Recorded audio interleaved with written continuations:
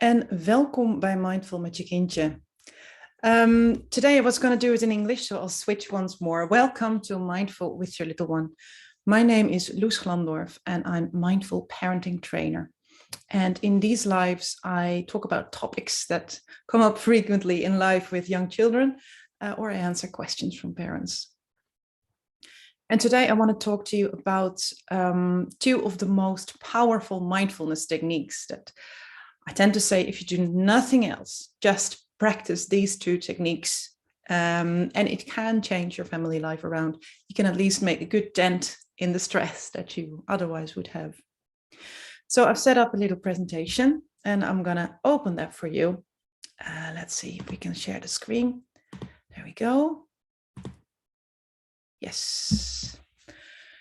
And we're just going to get stuck into it. So breathing spaces, what are they?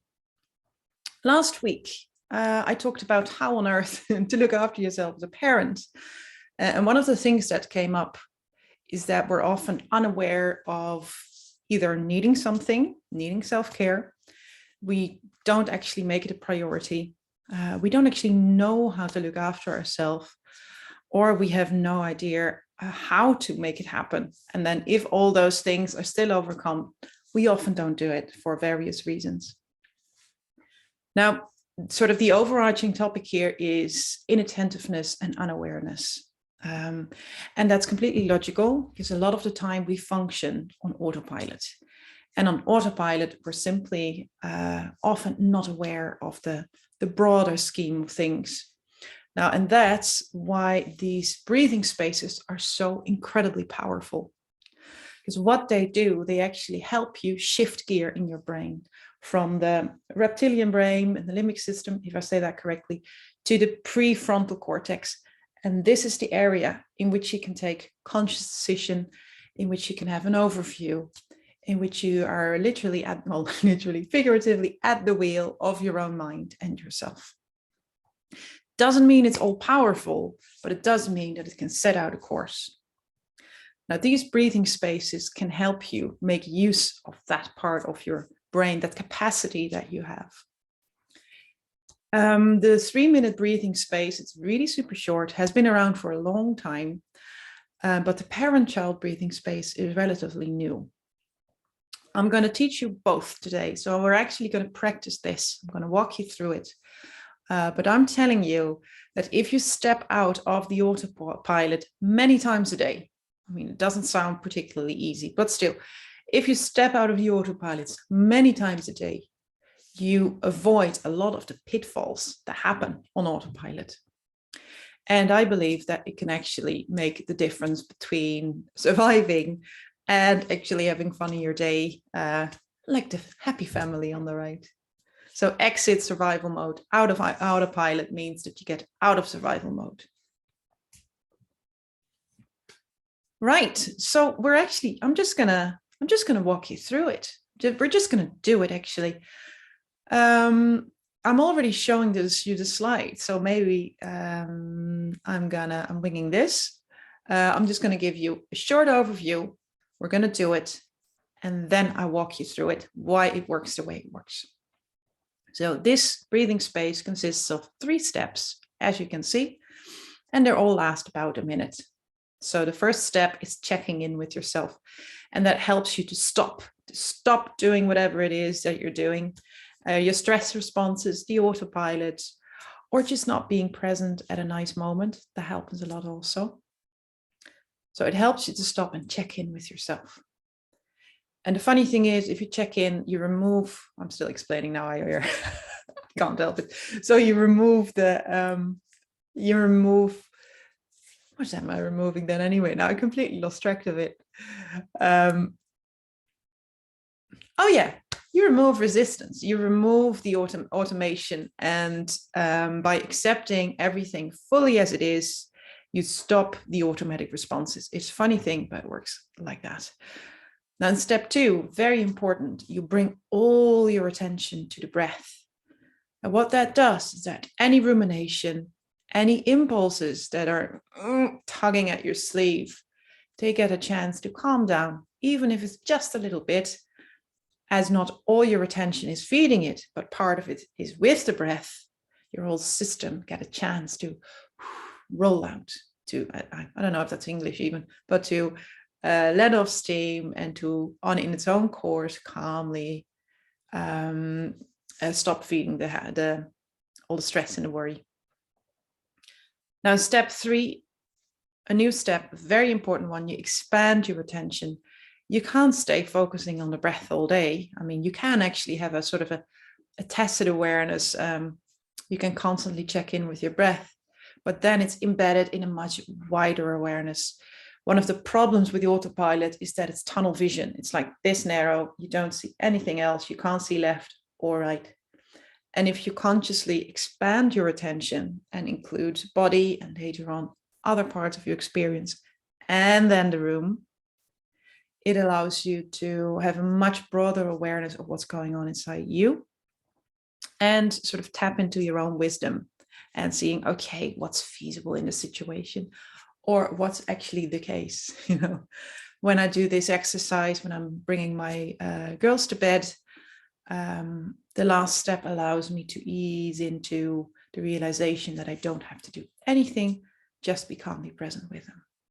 And that in itself, it creates sort of a cycling up, a positive spiral, if you like, of awareness, consciousness, compassion, and ease.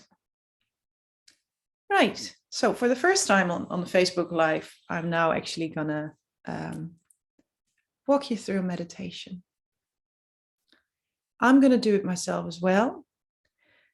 So I'm going to close my eyes. I'm even going to close the screen share for a moment so that you really focus on what you experience. All right. Now,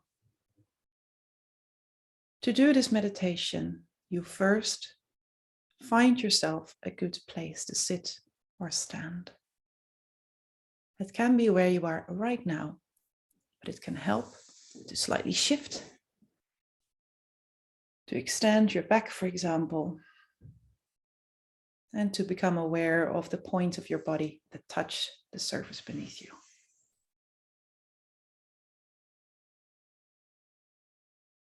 And then the first step is you're asking yourself how you are right now. So what are you feeling in your body?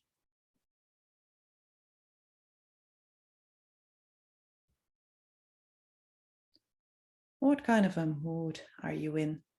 What kind of emotions are around?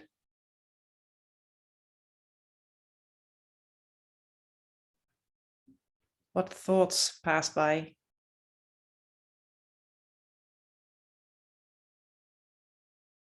And what action tendencies crop up? What impulses do you have for action?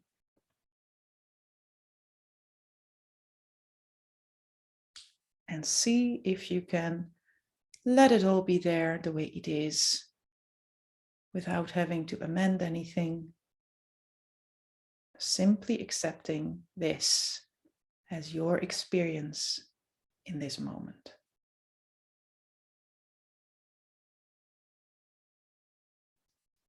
And then we let it go. And in the second step, you can bring all your attention to the movements of your breath. And for most people, that's in their belly. It's easiest to feel there. If you like, you can put a hand on your belly. And you simply observe the small movements, the expansion on the in-breath, and on the out-breath, the belly falling back.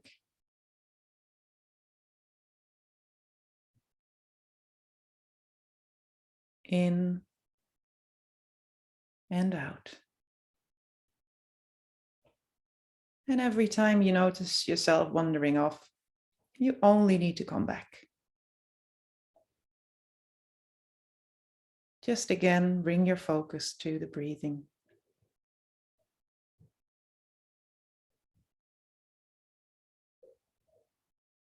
In and out.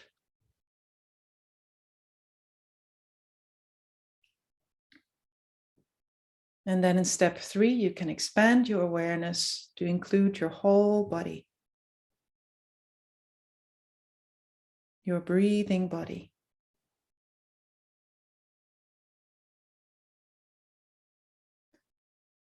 And as it were, you can wrap yourself in a blanket of awareness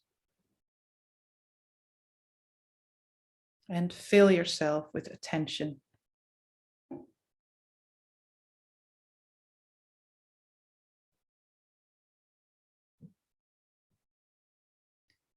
And if there are any areas in your body that have tension, you can just linger there for a moment without having to change anything. Simply breathe with that area of tension as it is.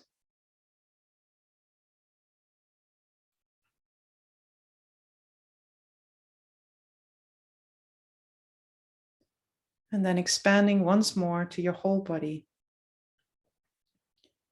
And I always like to ask myself the question, what do I need right now? You don't have to think hard on it. You just let well up whatever wants to come to the surface.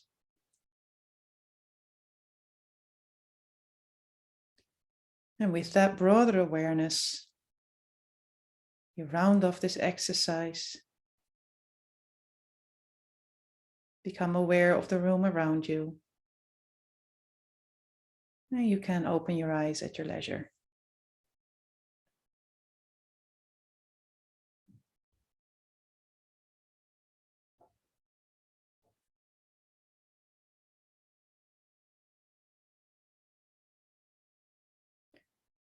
I always like to ask. I always like to ask what people experience. What was the effect of this on you? What did you become aware of, or what did not become visible, so to say? The nice thing about meditation is that we work with whatever is there. If you're hyper stressed, you can practice with simply becoming aware of what stress feels like and accept that as your experience. If you are super happy or content, you can also practice with becoming aware of what that is like. It's sort of a warm interest for whatever it is that you're going through right now. Now, I talked already a little bit about the different steps and their benefits. But there's sort of 3 things going on here. So there's the consciousness, that's the actively directing your attention at something, at sitting consciously, but also at the breath. And the conscious attention is sort of the attention for no, I'm not saying that right. That's the aim, the pinpoint, right? It's if you have a torch, you shine your light on something with intention. And that is very important to help to kick in this part of the brain and to help to step out of the autopilot. And it's also a calming way for your brain to not be preoccupied with stress or worries, but to have it being preoccupied with something wholesome, something that's right here and now. And the other thing here is the attention itself. That's, say, if the consciousness is the torch and the direction of the torch, then the attention, giving attention to something, the focus in itself is beneficial. So if you say, you can of course really focus on stress and worry, but if you focus on the breath itself, the breath has such a calming effect on most of our minds. Now, honestly, I always prefer to give attention to my body. So there's different minds that respond differently to stimuli.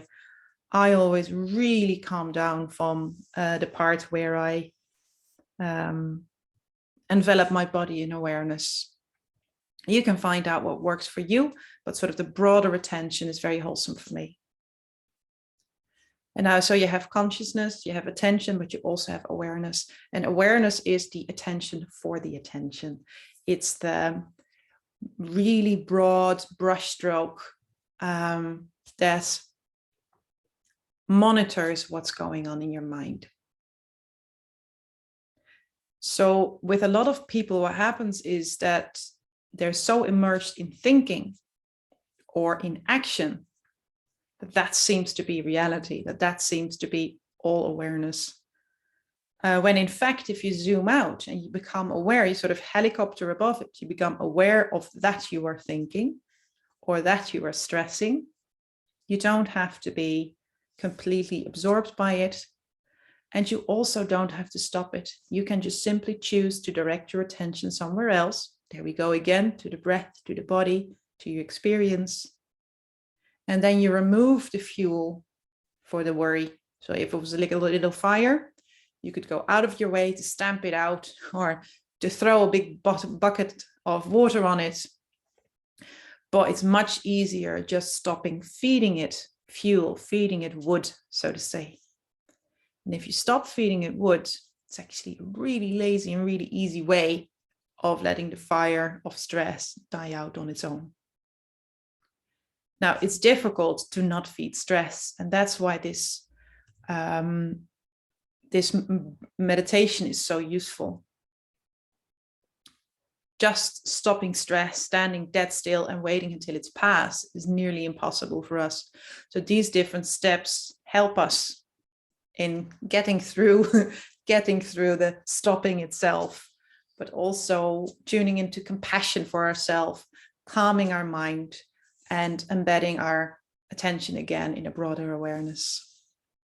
Okay, I'm going to resume the share. I'm going to let you have a short look of any of this. And then we're going to move on. Let's see if that works. Yes, to the parent-child breathing space. Oh my God, I already talked for 18 minutes here. It goes so quickly. So I could fill a whole episode on the what and why of the parent-child breathing space, and I'm sure I will. Right now, I only want to introduce this shortly so you can apply it in your life, and I want to practice it with you. Now, when mindfulness trainings were made, the idea was that you learn to be healthy within yourself, and that in it, of course, in return has a positive effect, hopefully, on your environment. But as a parent, you can't get away with that. You can't just focus on you saying, okay, at least I'm Zen, and that's the end of it.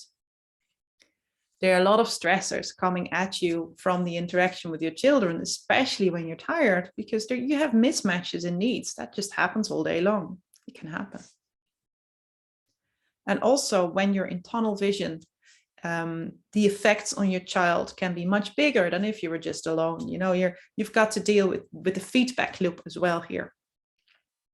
So what I'll say about this exercise is that it helps you to not only step out of the autopilot yourself, but also basically do the same for your child on the basis of co-regulation. So on the basis of you are calm with whatever your child is experiencing, you communicate to your child that the experience is okay, it's accepted, and that together you'll guide your child in suitable behavior and fulfilling the needs that are there. All right, and I'm just going to do it right now with you. Your child could be with you. In that case, you can look at your child, but you can also just remember the last time you saw your child. It doesn't have to be stressful at all, and then apply it to that memory. Okay, here we go.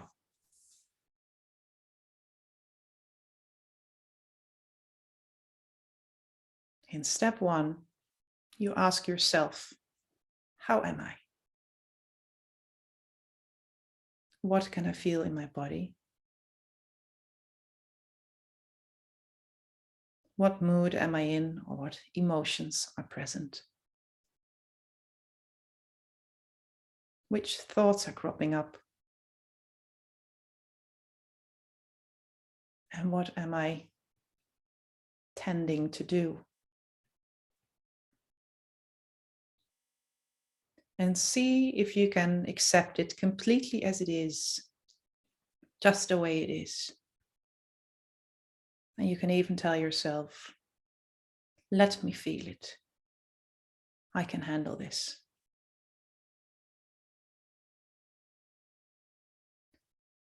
And then you let go of your experience and you focus all your attention on your breath. With your hand on your belly if you like.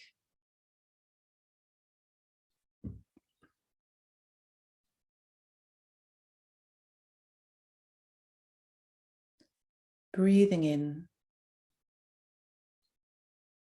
breathing out. Letting go of everything else. Just your attention for the movements of your breath.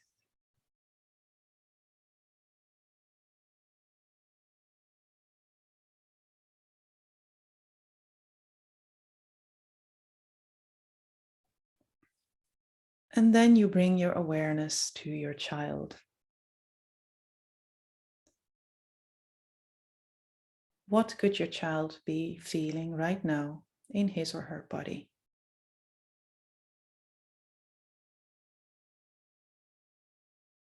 What kind of a mood is he or she in?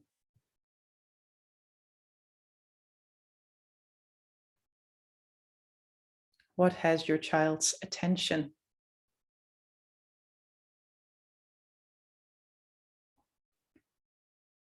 What could be happening in that little head?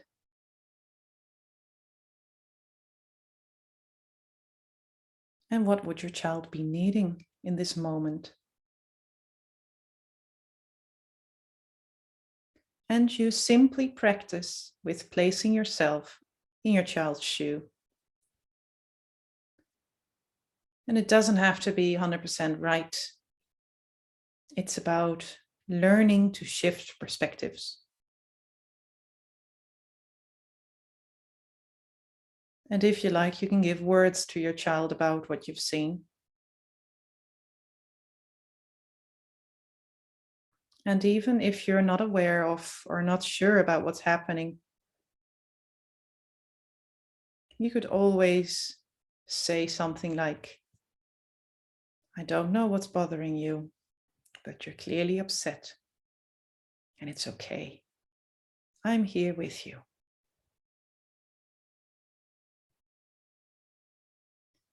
And then we let go of the experience of your child. And you bring your attention back to breathing.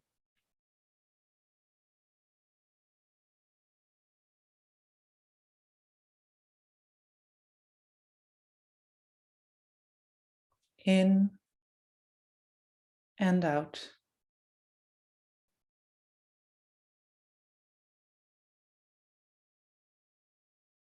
And then expand your awareness to include your whole body.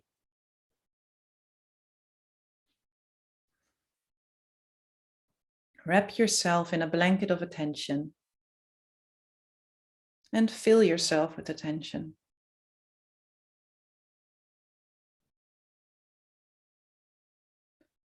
And then with this broader awareness, you can ask yourself, what do we need right now? And then you can round off this exercise and consciously continue your day.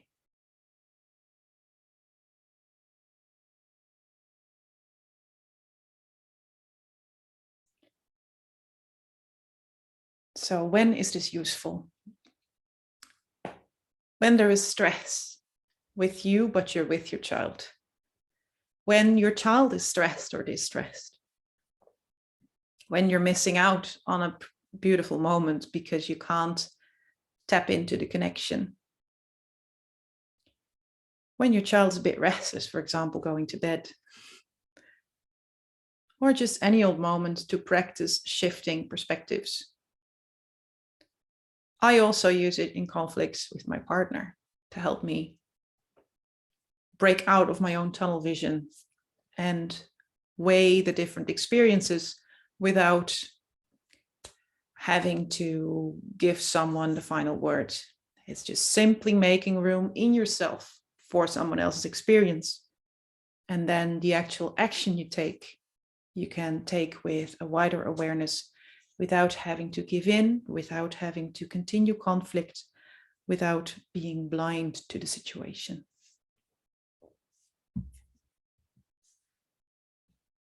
That's it for today. Next week, I'm going to take a break. It's a spring holiday here, and I have my lovely eldest daughter, Aoife, with me. So I'm going to skip. The week after, I want to dive into stress and why it's almost impossible to stop it once the stress process has started. So we're going to look into that. And very importantly, there are 3 courses starting next week on Wednesday in the Netherlands, in De Beeld. That's the local town here. There are 2 courses for parents with small children.